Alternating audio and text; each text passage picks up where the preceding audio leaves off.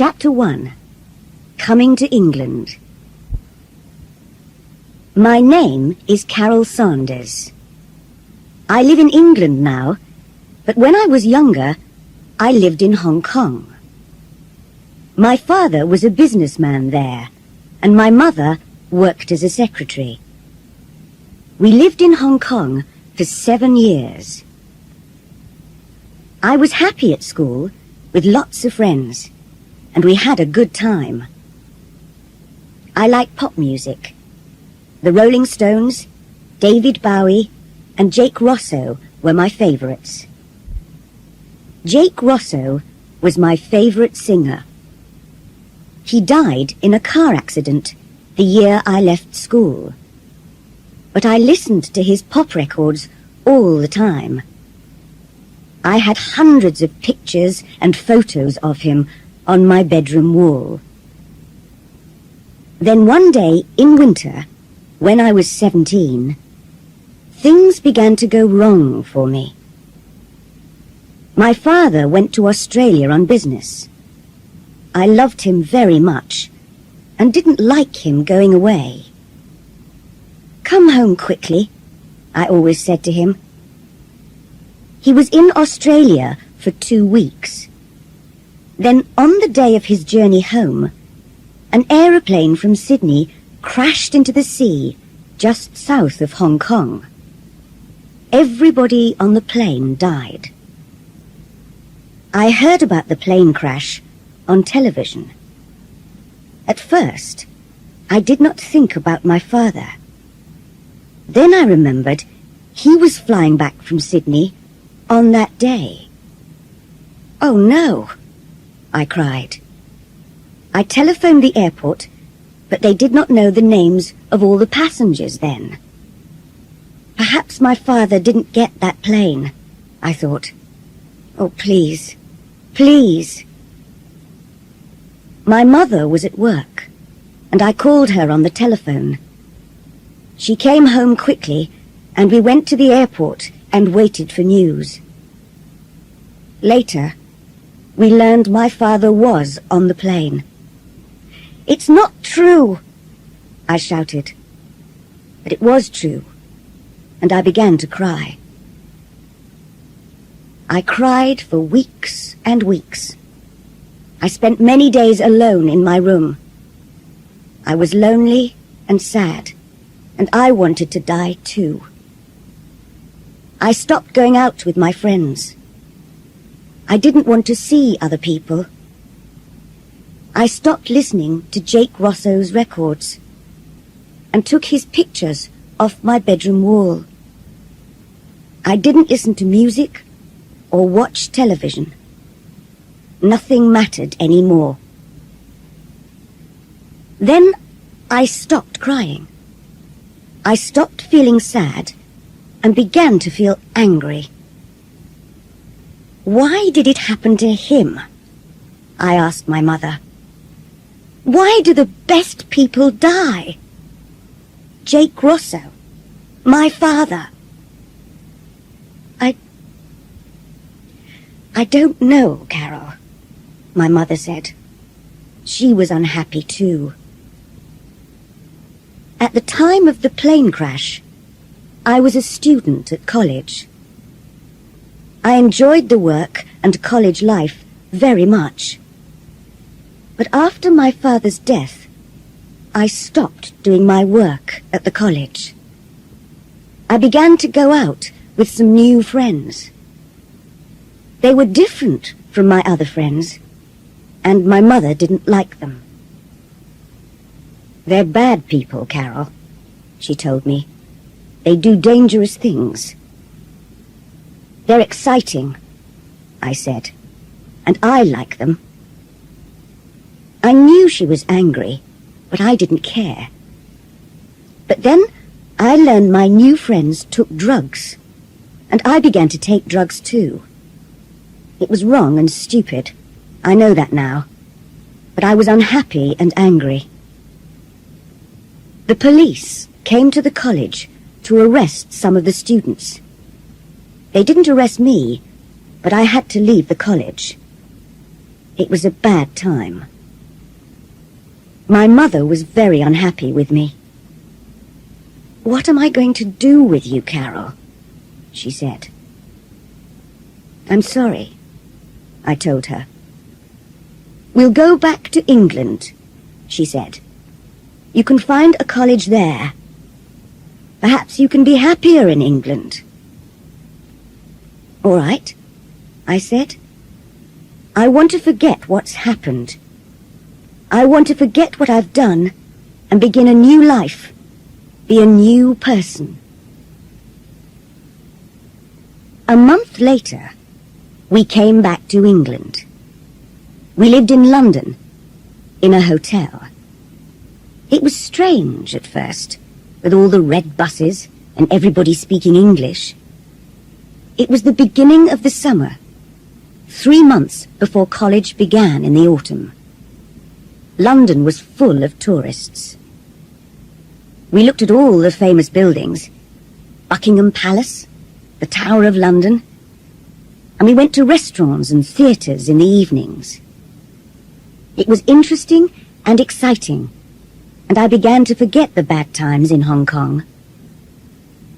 "I'm pleased we came to London," I told my mother. But after a few weeks, she said, "You need to find a college, Carol. You must go on studying. And I need a job." That evening, we looked in the newspapers. "What about this?" I said. I showed my mother a job in the newspaper. "Secretary for the summer months on a small private island in Scotland. Live with the family in a big house. Interesting work and good pay for the right person. Phone Greta Ross, telephone number 071... "Well, that sounds interesting," said my mother. "I'd like to work as a secretary on an island in Scotland.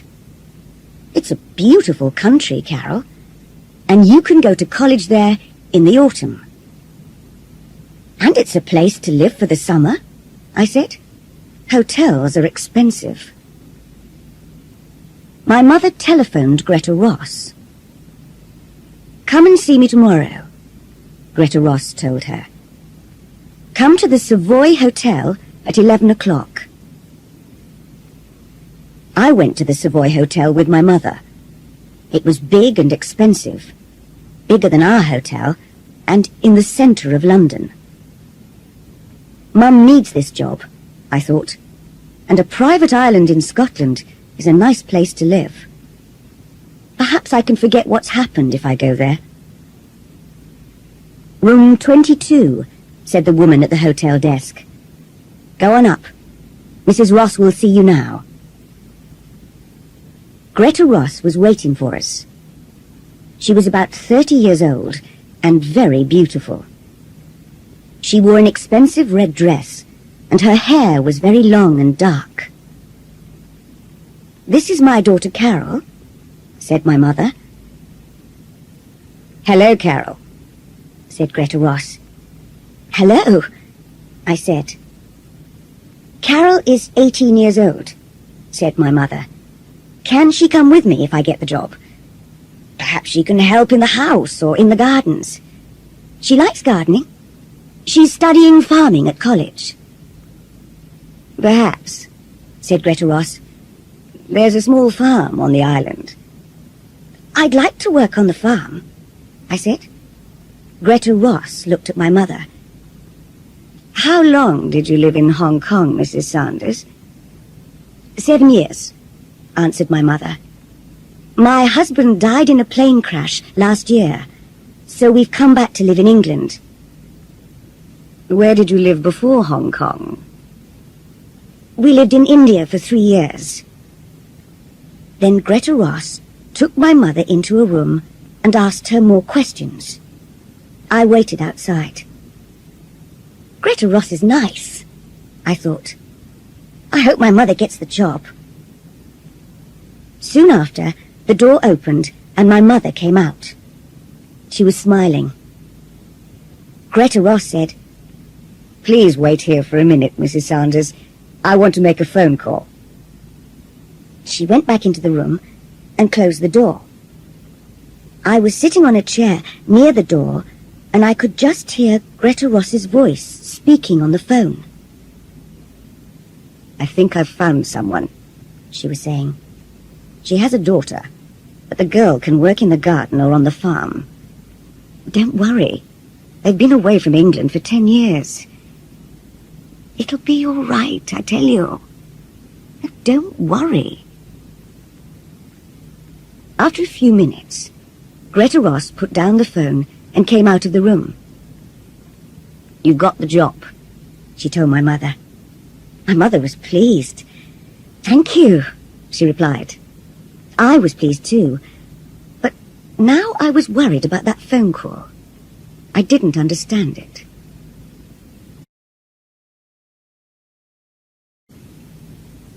Chapter 2. The Island. We went to Scotland the next day. First by plane, then by train.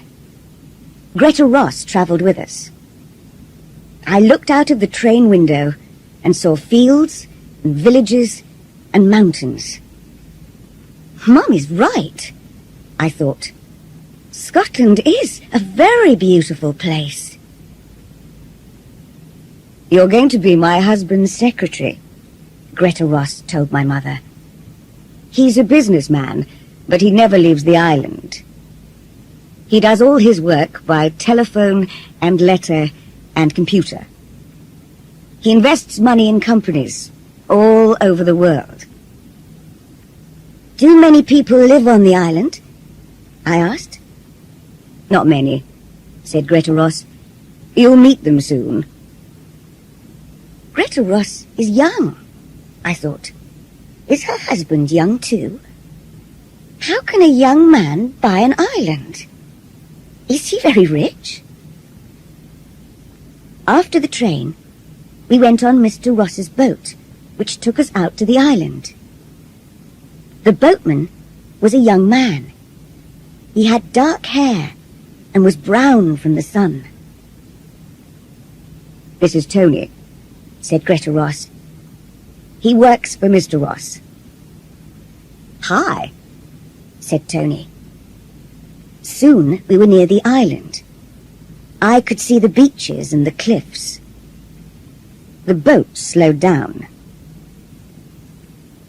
There are dangerous rocks round the island, explained Tony.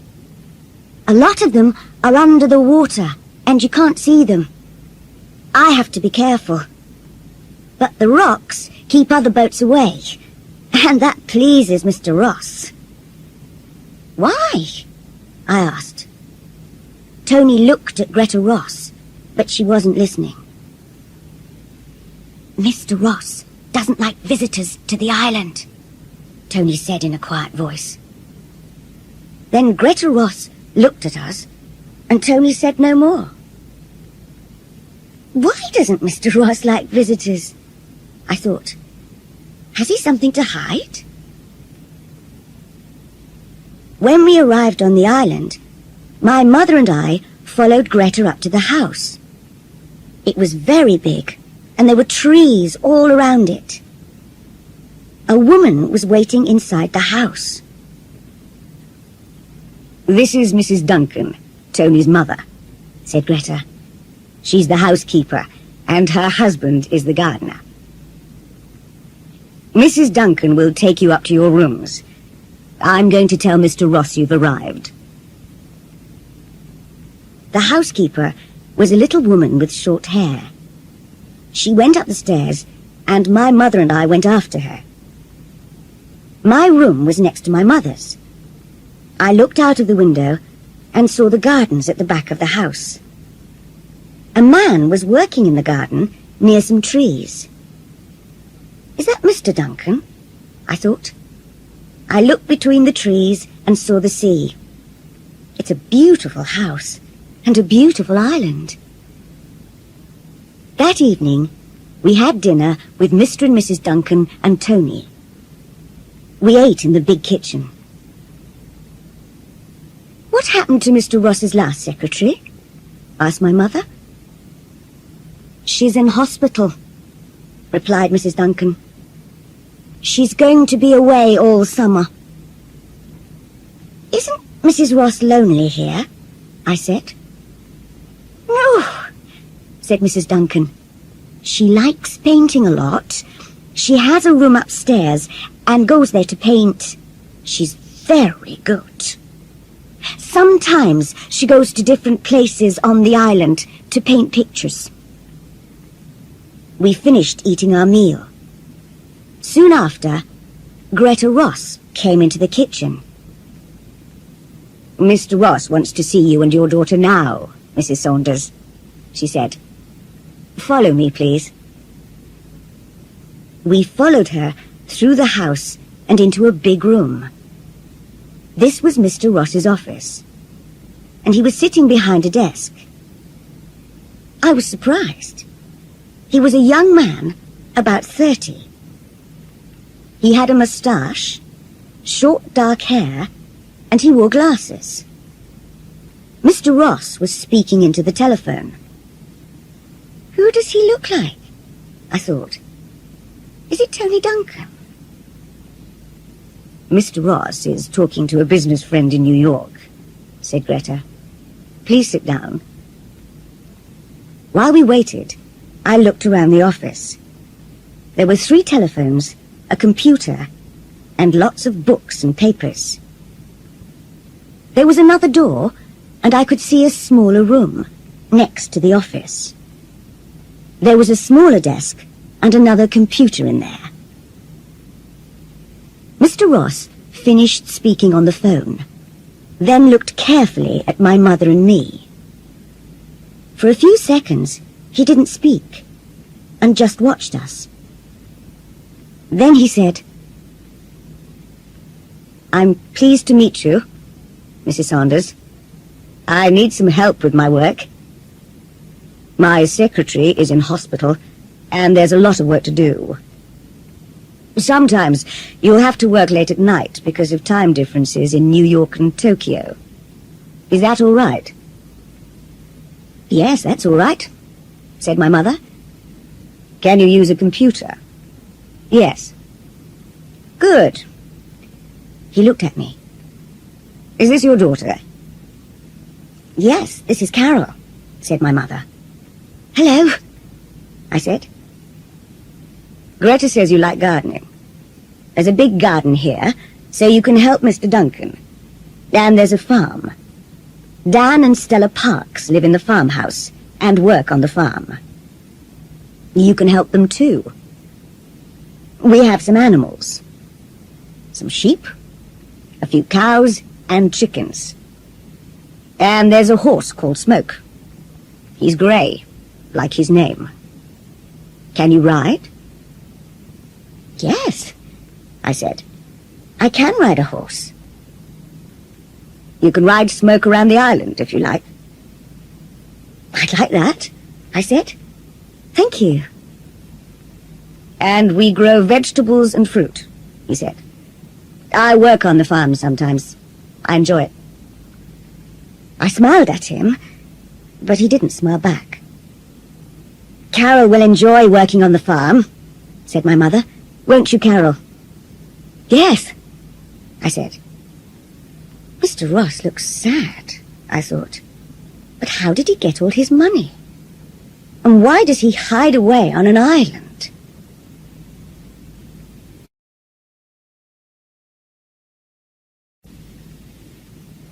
Chapter 3. The Photograph. I worked in the garden for the first 2 days. The weather was hot and sunny. I liked working with Mr. Duncan, and he was pleased with my work. "You're a good gardener," he said. "I've always liked gardening," I said, "but I'm studying at college to be a farmer." Sometimes I saw Greta Ross. She likes to be alone, I thought. Once or twice, I saw Greta go out with her painting things. She went up on the hills or down to the beach. Mr. Duncan took me to the farm, and I met Dan and Stella Parks. They were very friendly. "You can work on the farm for the next 3 days," said Dan Parks. "Mr. Duncan says you're a good gardener. Are you a good farmer too?" I smiled at him. "I am," I said. He smiled back. So I worked on the farm with Mr. and Mrs. Parks. They were nice people. I helped with the cows and the chickens and went up on the hills with Mr. Parks and his dog to look at the sheep. One afternoon, I went out riding. Smoke was a big, lazy, friendly horse. I enjoyed riding, and Smoke knew his way around the island very well. I learned new places to go to. I rode along the cliff top and then in between some trees. When we came out of the trees, I saw the house from the other side. I tried to find the window of my room. Which one was it? Suddenly, I saw a face at one of the windows. The face was looking at me. It was there for just a second or two, then it moved away quickly. Who was that? I thought. Was it Mr. Ross? And which room was it? I didn't see my mother very much that first week. She worked all day and in the evenings. She wrote letters to South America, Japan, Canada, and Australia. Sometimes she worked after I was in bed. "Mr. Ross works hard," she told me. "He invests money in many companies and countries, but it's not his money." "It's not?" I was surprised by this. "No, it's his wife's money, and she bought the island. It's her island, her house, her farm. Everything belongs to her." How strange. But why does Mr. Ross always look sad? And why does he never leave the island? I asked. "I don't know," said my mother. "He says he likes it here and likes working on his farm. It's strange, I know." Sometimes, when I finished work, I walked along the beaches or the cliffs, or I went swimming in the sea. I liked swimming. Greta Ross often came to the beach to swim, but Mr. Ross never came. "Stay away from the rocks, Carol," Greta Ross told me. "They're very dangerous." "I will," I said. Sometimes I took my camera to the beach and took photographs of some of the boats that went by. I took photographs of the birds on the cliffs.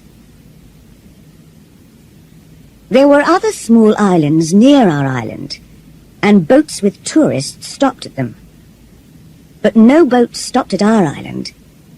They kept away from the dangerous rocks. Tony was right. The island did not have visitors. One day, I was walking back to the house and had my camera with me. I stopped and looked at the big house.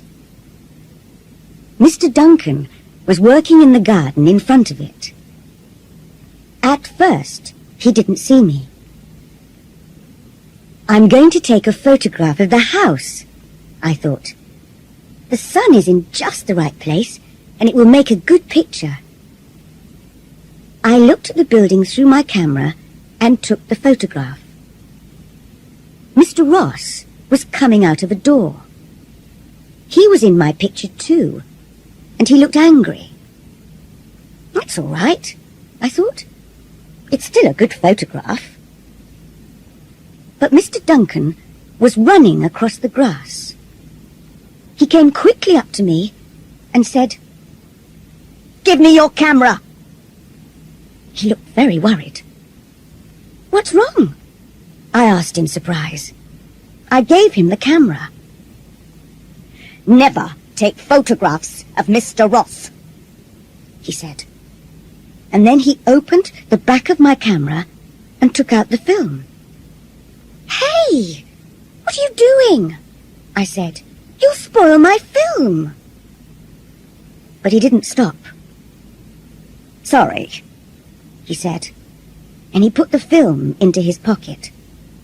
"But no pictures of Mr. Ross. He doesn't like people to take pictures of him." Mr. Ross was watching us. He saw the camera, and he saw Mr. Duncan take out the film. But he said nothing. Then he turned and went back into the house. Later, I told my mother about Mr. Duncan and the camera. "He spoiled my film," I said. "I don't understand," she said. "Why did he do that?" "I don't know," I said. "But there's something strange about Mr. Ross." About a week later, I finished work early one day and came back to the house. My mother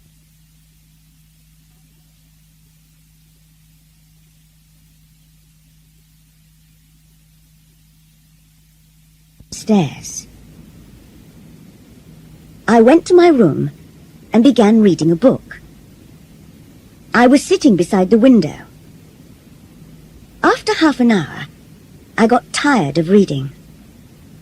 I looked out at the rain and the grey sea and the rocks between the trees. My book isn't very interesting, I thought. I got up and went out of my room. I walked along the passage and turned a corner. Then I saw the door at the end of the passage.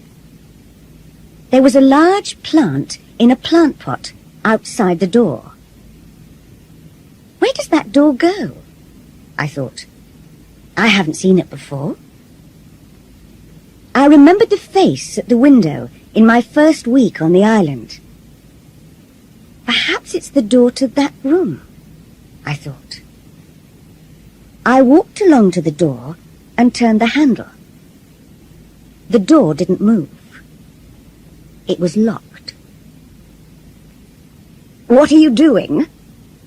said a voice behind me. I turned round quickly and saw Greta Ross. She looked angry. "That room is private," she said. "I'm sorry," I said. "I didn't—" "Stay away from there," she told me. I told my mother about the locked door. "What's behind it?" I said. "Is it a secret?" "I don't know," said my mother. "It doesn't matter. Mr. Ross can have locked rooms if he wants them." "I think he does have secrets," I said. "There's something strange about him. There's something strange about this island. Somebody isn't telling us something. Something important." My mother laughed. "Stop playing detective, Carol," she said. End of side 1.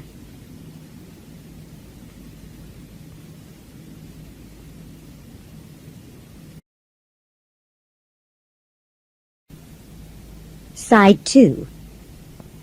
Chapter 4, The Locked Room.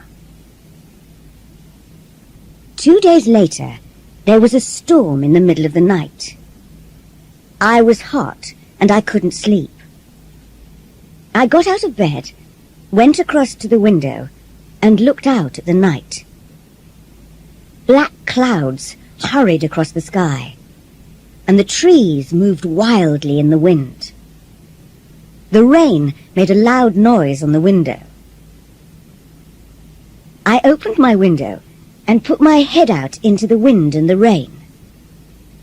I looked at the other windows in the house. Most of them were dark, but one window had a light in it. Somebody isn't sleeping, I thought. Which room is that? There were 6 windows between my window and the room with the light. And there are 6 doors between my room and the locked door, I thought. That light is in the locked room. Somebody's in there. I put on my dressing gown and went out of my room. The house was dark, and at first I couldn't see very well. I walked along the passage and turned the corner.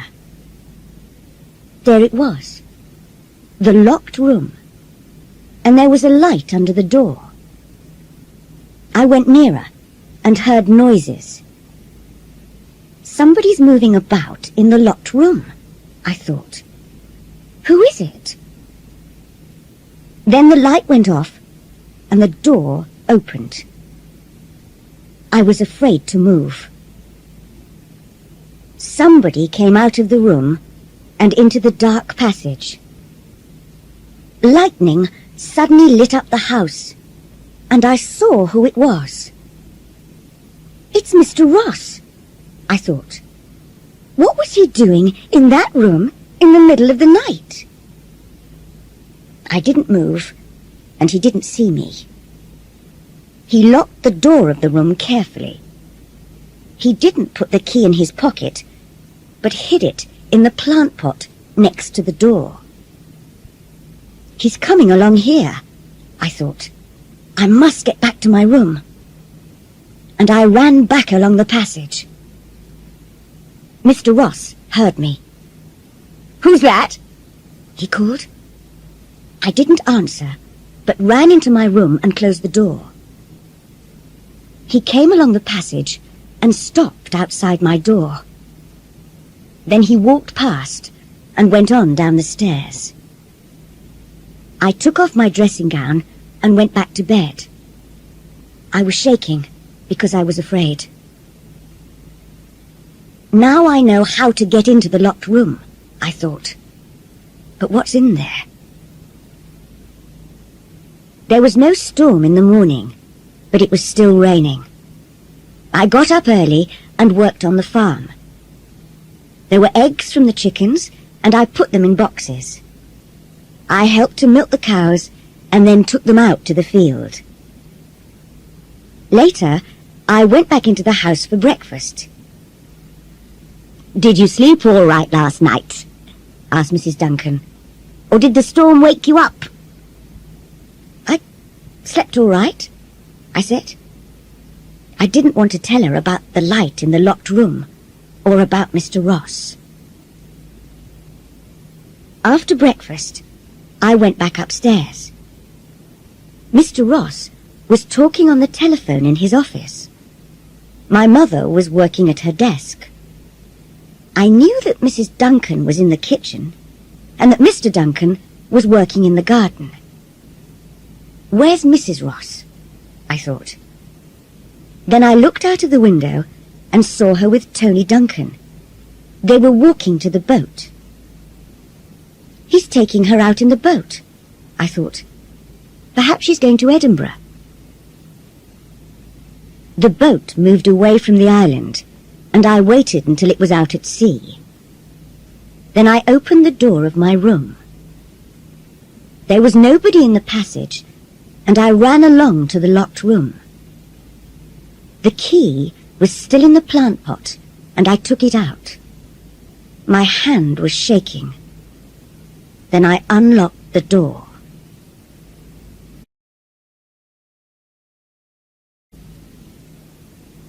Chapter 5. A Dead Man. I went into the room, and I was very surprised. The room was full of strange things.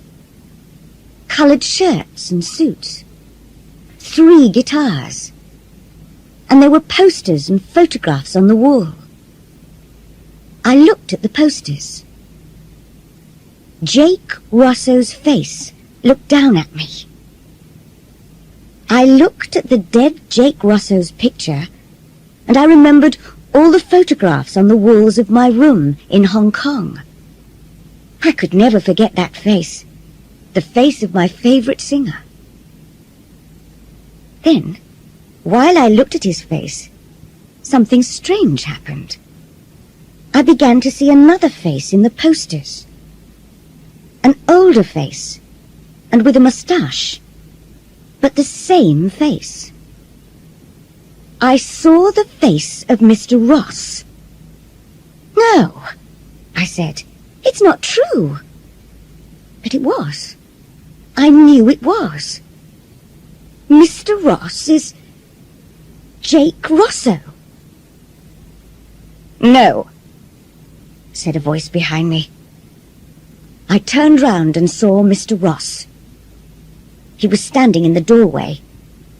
He looked afraid.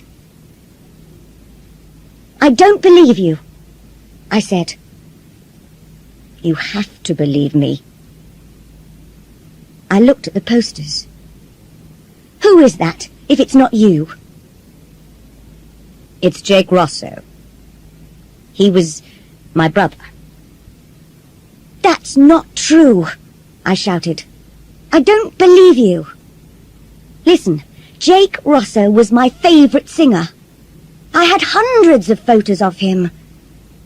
I still have all his records. I loved him. Do you understand? Thousands of people loved him." "He's dead," Mr. Ross said quietly. "No!" I shouted. "You're Jake Rosso. You look different now, yes. You've got short hair. You've got a moustache now, and you wear glasses. But you're Jake Rosso. You were my favorite pop star, so I know." Mr. Ross said nothing and watched my face.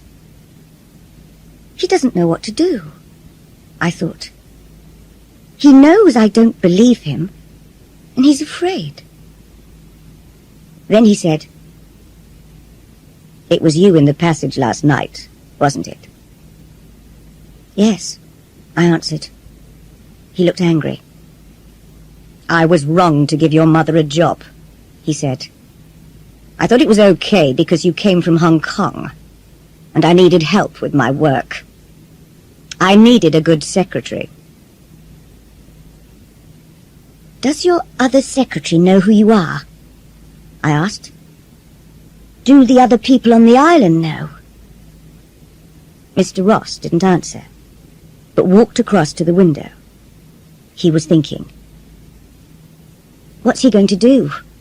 I thought. Then he turned round. "Okay, you're right. I am Jake Rosso." "I knew it." He looked worried and unhappy. "Can you keep a secret? A very important secret?" I thought for a minute, then I said, "Yes, I can keep a secret." Then he told me. "The other people on this island are my family." "Your family?" I said. "Yes. My real name is James Duncan, and Mr. and Mrs. Duncan are my father and mother. Tony is my younger brother, and his wife Lisa is my secretary. It's she who's in hospital." "And Dan and Stella Parks?" I asked. "My mother's sister and her husband," he said. "But what are you doing here on this island? I don't understand." "I'll tell you," he said. He sat down on a chair and took a guitar in his hands, but he didn't play it. "You were right. I was a famous pop star. I was very rich, and I had a beautiful wife. But things went wrong." "How?" "I took drugs," he said. "I drank a lot of alcohol. I got drunk and crashed cars. I did stupid, terrible things. I knew it was wrong, but I couldn't stop doing it. I was crazy for a time. I can understand that, I told him. I've taken drugs too. He looked surprised. You have? Yes, I said. After my father died, I was very unhappy, and things went wrong for me too. But go on with your story. He went on. One night, I was driving my car. I was drunk. And I hit somebody. A young girl. She died. I killed her. Oh, no. Yes, he said. She was 15 years old. I wanted to die too. The money didn't matter anymore. Nothing mattered anymore. What did you do after the accident? I asked. I drove on in the car. I didn't stop, and I didn't tell the police. I had killed someone, and I was afraid. He looked afraid now. He put the guitar down and went on with his story. So I made a plan. Jake Rosso had to die too. It was the best thing to do. And so I killed him. But you're still alive. My family know I'm alive, but no other people know. He looked at me. But now you know. How did you do it? I asked. I told my family about my plan, and I told Greta, my wife. At first they didn't like it, but after a long time, they said okay. Then I faked the car crash. Faked it? Yes, he said. I put some of my things in the car. A guitar and some clothes. Then I pushed my car over a cliff and burned it. The police found the burned car and thought I was dead. Everybody thought I was killed in the car crash. But you faked the crash, I said. Yes. What did you do then? My family hid me away for months. I tried to change into a different person. Shorter hair, a moustache, quiet suits. All my money went to Greta, and she changed her name to Ross. I told her to buy this island. Now I invest her money, the money that was mine. And now I'm James Ross. What about Jake Rosso? I asked. Jake Rosso took drugs, he said. Jake Rosso got drunk and crashed cars. He killed a young girl, so he had to die. I can never forget the girl. I think about her every day. And that's why you always look so sad, I thought. I looked around the room. Why do you keep a room like this? Why do you keep the guitars, the posters and photographs? James Ross did not speak for a minute. Then he said, I need to remember my old life and what Jake Rosso was like. I'm never going to sing again, and I'm never going to take drugs. But I need this room to remember. I looked at the posters and the photographs, and I looked at his sad face. I'm not going to say anything.